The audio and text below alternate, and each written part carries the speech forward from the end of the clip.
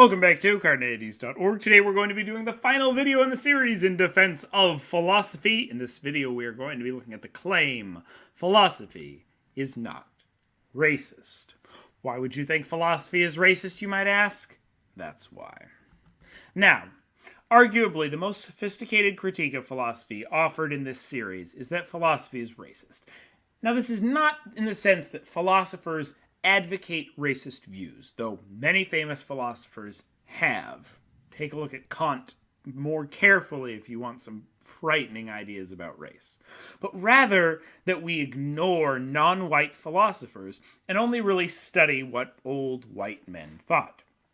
Note that this is not so much a critique of philosophy itself as many of the other videos have been, but rather of the way in which we study philosophy and the way in which we practice it. This critique is offered both by other disciplines in the humanities, which have diversified their curriculum more quickly, but also by philosophers themselves. And I'm not fully convinced that philosophy can answer it. Now, it has been said that this argument hinges on whether or not you think the Greeks were white, which I think is in some way a good point. Arguably, for much of the 1900s, and especially before that, Southern Europeans and Eastern Europeans were not considered fully white. If people from places like Greece and Prussia don't count as white, then the top minds of philosophy, Aristotle, Plato, Kant, etc., are not in fact white people, and the argument kind of falls apart. Though you might say, well, Kant was actually German. Well, he lived his whole life in Prussia and never left the place, so how do we really determine race and ethnicity? That's a whole other question. But in fact, some have argued that Greeks are considered white simply because white European culture wanted to claim the accomplishments of the ancient Greeks. And that in kind of Renaissance art and paintings, the ancient Greeks are depicted as more white than they really were because of this whitewashing of the culture. Or in other words, we don't study the Greeks in philosophy because they were white. The Greeks are white because we study them in philosophy. It's an interesting argument, but I think there's a much stronger claim here that can be made which will avoid the previous comment and still get at the heart of philosophy. Perhaps the stronger claim to bring is that the study of philosophy focuses too exclusively on the Western philosophical tradition, which is dominated by men from Europe, Western Asia, and North Africa. While this might not be as easily explained through current prejudices about particular races, it does much more acutely pinpoint a palpable problem in the modern study of philosophy. It's not so much that about the particular race of a specific philosopher, but rather that we really only care about Western philosophy. We don't care about philosophy that emerged in other parts of the world. Now, a common defense of philosophy in the face of this criticism is as follows. Great thinkers are in conversation with those that came before them. Their ideas may refute or refine previous ideas within their traditions using a common method. Since we care about the methods or the products of Western philosophy, such as the scientific method, liberal democracy, all of these things, we should focus study on its precursors. What led to the scientific method? What led to liberal democracy? What are the philosophies which underpin things as diverse as psychology and the scientific method and all of these other things? And computational mathematics, all this stuff.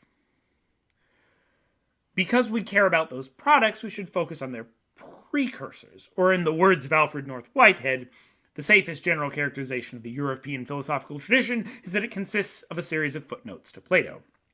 Basically, that everything which built out of that is based on the tradition of philosophy that it is steeped in. To study another tradition isn't helpful to that project because you might not be using the same methods, nor would you be relying on the same foundational texts.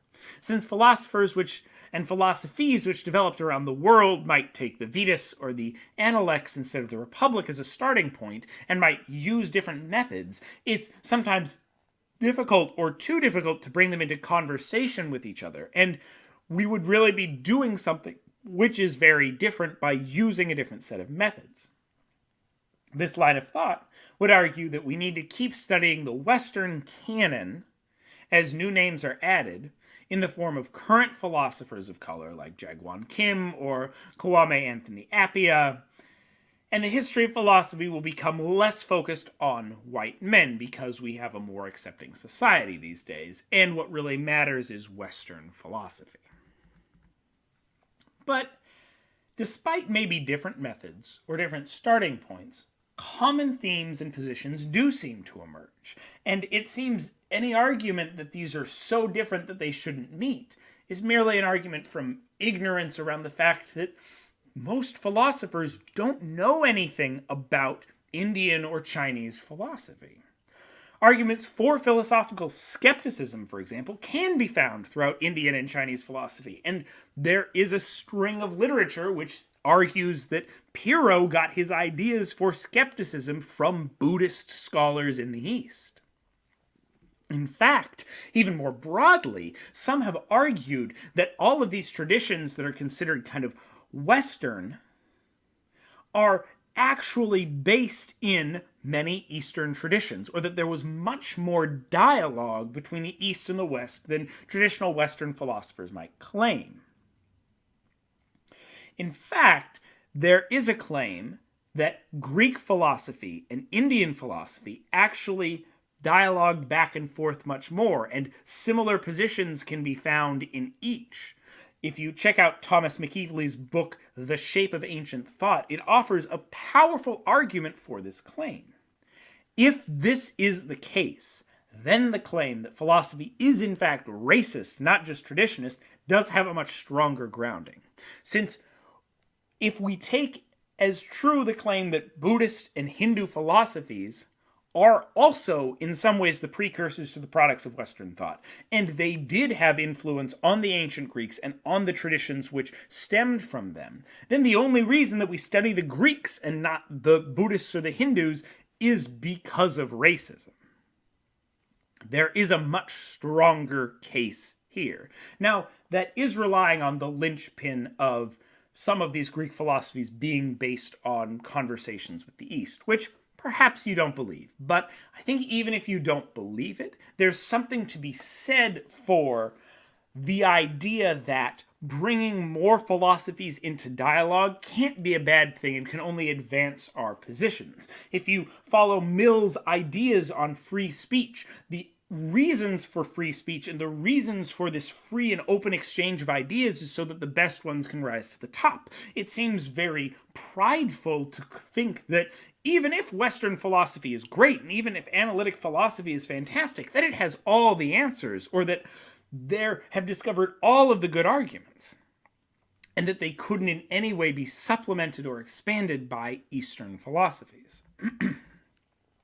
Even if you don't find this argument convincing, it seems that many philosophy departments, particularly in the English-speaking world, could be better named departments of analytic philosophy than truly departments of philosophy. And now, I am the first to say that we should continue studying analytic philosophy, that the Western canon is important because of the revolutionary findings that are found within, and of the impacts that those things had on our society. Just watch the rest of this series to understand why I would make that argument. But that does not mean that we should neglect the study of other kinds of philosophy, specifically because those other philosophies can help us moving forward to advance our philosophy even further and advance our arguments and understanding even further. Using different methods or starting points is not sufficient to justify completely ignoring them or excluding them. And I am as guilty of this as anyone. But that's mostly because I, like many philosophers in the English-speaking world, have only been steeped in one tradition. And just because that's how it's been doesn't mean that's how it needs to stay. While department heads might claim that they lack the resources to expand course offerings and it's more important to offer an in-depth understanding of a particular method than a wide-branching understanding of a variety of methods, I would bet it has far more to do with the lack of background in these traditions of the faculty of most traditional institutions. Of all the arguments leveled against philosophy, this is certainly the most powerful, and also the easiest to solve. since it is not essential to the study of philosophy, but rather merely incidental to the way that we do it right now. I am trying to learn more about non-Western philosophy so that I can present it to you and include it in the work that I'm doing. But I will admit that I lack the background of it.